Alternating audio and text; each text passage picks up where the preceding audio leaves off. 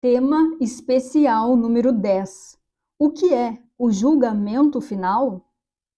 A segunda vinda de Cristo dá ao Filho de Deus esta dádiva: ouvir a voz por Deus proclamar que aquilo que é falso e o que é verdadeiro jamais mudou. E é esse o julgamento no qual a percepção chega ao fim. Em primeiro lugar, vês um mundo que aceitou isso como verdadeiro, projetado a partir de uma mente agora corrigida. E com essa vista santa, a percepção dá uma bênção silenciosa e em seguida desaparece com a sua meta realizada e a sua missão cumprida. O julgamento final do mundo não contém nenhuma condenação, pois vê o mundo totalmente perdoado, sem pecado e inteiramente sem propósito, sem causa e agora sem função. Na visão de Cristo, ele simplesmente se desvanece no nada. Ali nasceu e ali também termina. E todas as figuras de sonho em que o mundo começou se vão junto com ele. Os corpos agora são inúteis e, portanto, se desvanecem porque o Filho de Deus é sem limites. Tu, que acreditaste que o julgamento final de Deus condenaria o mundo ao inferno junto contigo, aceita esta verdade santa. O julgamento de Deus é a dádiva da correção que ele concedeu a todos os teus erros, libertando-te deles e de todos os efeitos que algum dia pareceram ter. Ter medo da graça salvadora de Deus não é senão ter medo da liberação completa do sofrimento, da volta à paz, à segurança e à felicidade e à união com a tua própria identidade. O julgamento final de Deus é tão misericordioso quanto cada passo no plano que ele designou para abençoar o seu filho e chamá-lo de volta à paz eterna que compartilha com ele. Não tenhas medo do amor, pois só ele pode curar toda a tristeza, enxugar todas as lágrimas e despertar gentilmente do seu sonho de dor o filho que Deus reconhece como seu. Não tenhas medo disso. A salvação pede que lhes dês as boas-vindas. E o mundo aguarda que aceites isso com contentamento, pois isso o libertará. Este é o julgamento final de Deus. Tu ainda és o meu Filho Santo, para sempre inocente, para sempre amoroso e para sempre amado, tão ilimitado quanto o teu Criador, completamente imutável e para sempre puro. Portanto, desperta e volta para mim. Sou o teu Pai e tu és o meu filho. Que tema lindo é esse, né? Entramos hoje no tema especial número 10, que é o que é o julgamento final. E esse tema é bem legal, porque tem muita má interpretação sobre essa questão do julgamento final. Tem muita fantasia, tem muito folclore sobre esse assunto. Eu até já falei para vocês que eu morria de medo da volta de Jesus, do arrebatamento, do julgamento final. E a maioria das pessoas tem esse medo também, né? Tanto que um pouco ali antes da morte, quando aquela pessoa ali está sentindo que vai partir, o que ela mais quer é se redimir dos seus erros, dos seus pecados, é se consertar. Aí chama os filhos, chama o amigo, chama aquele com quem ela se arrepende, tem algum arrependimento ali, porque senão ela está condenada ao inferno, ao sofrimento, e ninguém quer ser condenado ao inferno, né? No entanto, Se depender dos atos humanos, se depender das palavras humanas, das sensações, dos sentimentos, dos pensamentos humanos, não tem um que sobre, não tem um santo, não tem um justo, vão tudo sofrer e queimar no inferno mesmo.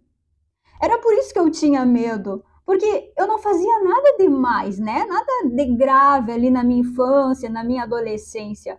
Mas eu tinha uma sensação de erro, eu tinha uma sensação de raiva, eu tinha uns pensamentos ruins e umas vontades que eu mesma condenava, sabe?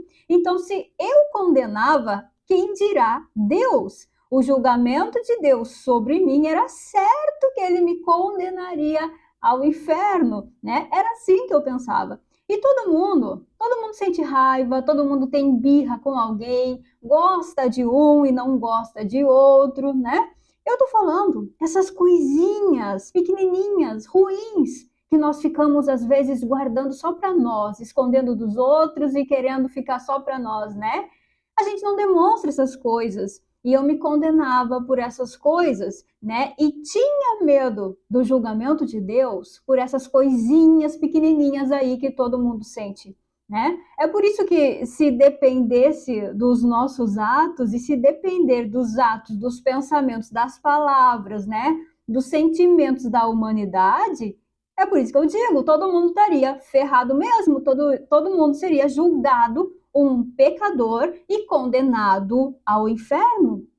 E o céu, né? O céu seria um lugar vazio eternamente. Então, é muita fantasia mesmo isso, sabe? É muita invenção, tem muitas falas sem sentido sobre o julgamento final, que é, na verdade, né, o julgamento final é, na verdade, muito simples, muito lógico e muito natural.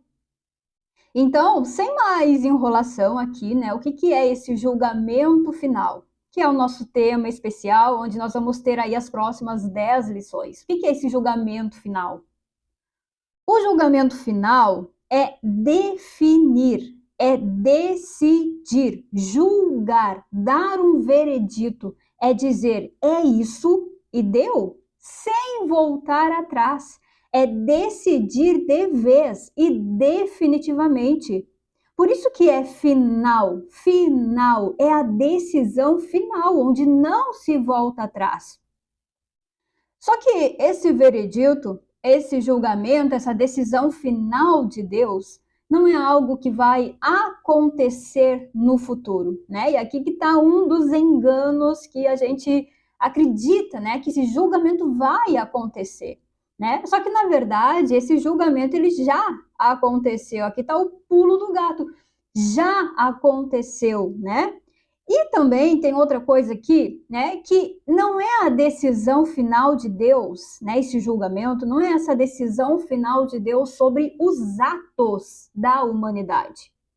É a decisão de Deus sobre o que é a humanidade. Por isso que já aconteceu. Não é a decisão final de Deus sobre as práticas mundanas. É a decisão definitiva de Deus sobre o que é o mundo. Não é a decisão final de Deus sobre o que a Bruna fez, como se comportou, o que falou, o que ela está fazendo. Não, é a decisão definitiva de Deus sobre o que é a Bruna, sobre o que a Bruna é.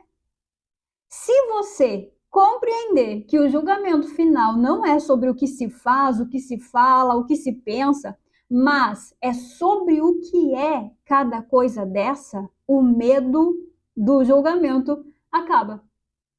E se você compreender que o julgamento de Deus ele já foi dado, né? Não tem nada para acontecer ainda. Não tem nada que Deus não fez e que vá fazer futuramente. Não tem nenhuma decisão a ser tomada por Deus sobre o teu futuro, porque ele já tomou essa decisão. Então, compreendendo isso, o medo acaba. Nessa compreensão de que o julgamento de Deus é sobre o que é e o que não é, não há medo algum. Assim como na compreensão de que o julgamento final de Deus já foi dado. Ou seja, não vai ter um novo julgamento. Não vai ter uma nova decisão de Deus sobre nós aqui, sobre o mundo. Ele já decidiu. Ele decidiu antes de ter o mundo, antes de ter uma imagem sequer.